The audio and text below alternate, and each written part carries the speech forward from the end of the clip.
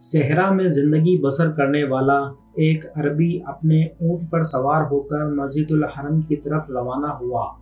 اس کا مقصد خانہ کعبہ کا طواف کرنا تھا۔ خانہ کعبہ کے دروازے پر پہنچ کر اس نے دیکھا کہ وہاں کوئی ایسا شخص موجود نہیں ہے جس کے حوالے وہ اپنا اونٹ کرے۔ چنانچہ اس نے اپنے اونٹ کے پاؤں رسی سے باندھے اور یوں گویا ہوا: اے خانہ کعبہ کے مالک، میں اپنا اونٹ تیرے حوالے کرتا ہوں۔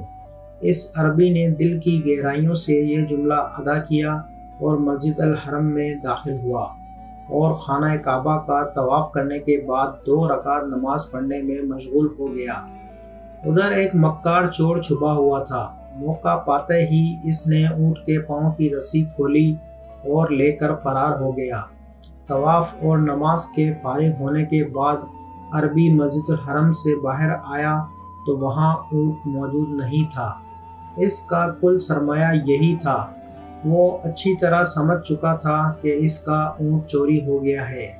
اس نے کسی قسم کی فریاد و فغاں نہیں کی، بلکہ واپس لوٹ کر خانہ کعبہ کا پردہ ہاتھوں میں تھام کر کہا: پروردگار، کیا میں نے اپنا اونٹ تیرے حوالے نہیں کیا تھا؟ پھر آخر وہ چوری کیسے ہو گیا؟ اس عربی کو خدا کی قدرت پر کتنا یقین تھا کہ اس نے اس طرح کے الفاظ زبان سے ادا کیے۔ بلکہ کہتے ہیں اس نے اور بھی بہت سی باتیں کہیں جو ایک عربی کے منہ سے ہی اچھی لگتی ہیں اور دوسروں کا اس طرح کہنا مناسب نہیں۔ مثلا اس عربی نے یہ بھی کہا: خداوند، یہ اونٹ تیری جیب سے گیا ہے۔ لے جانے والے نے مجھ پر کوئی ظلم نہیں کیا، بلکہ اس چور نے تیری عزت کو داغدار کیا ہے، کیونکہ میں نے اپنا اونٹ تیرے حوالے کر دیا تھا۔ یہ باتیں اس عربی نے قلبی ایمان کے ساتھ کہی، حالانکہ وہ ایک ان پڑھ اور عام سا صحرا کا رہنے والا آدمی تھا۔ خداوند عالم سے مخاطب ہو کر عربی نے ابھی یہ باتیں ختم ہی کی تھی کہ دور سے ایک شخص اس کے اونٹ کے ساتھ آتا ہوا دکھائی دیا۔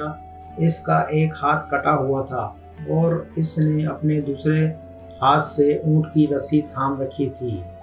عربی نے اس سے کہا: تو میرا اونٹ چرا کر لے گیا تھا؟ اس نے پوچھا: کیا یہ تمہارا اونٹ ہے؟ عربی نے کہا: ہاں۔ چور نے کہا: لو اسے سنبھالو۔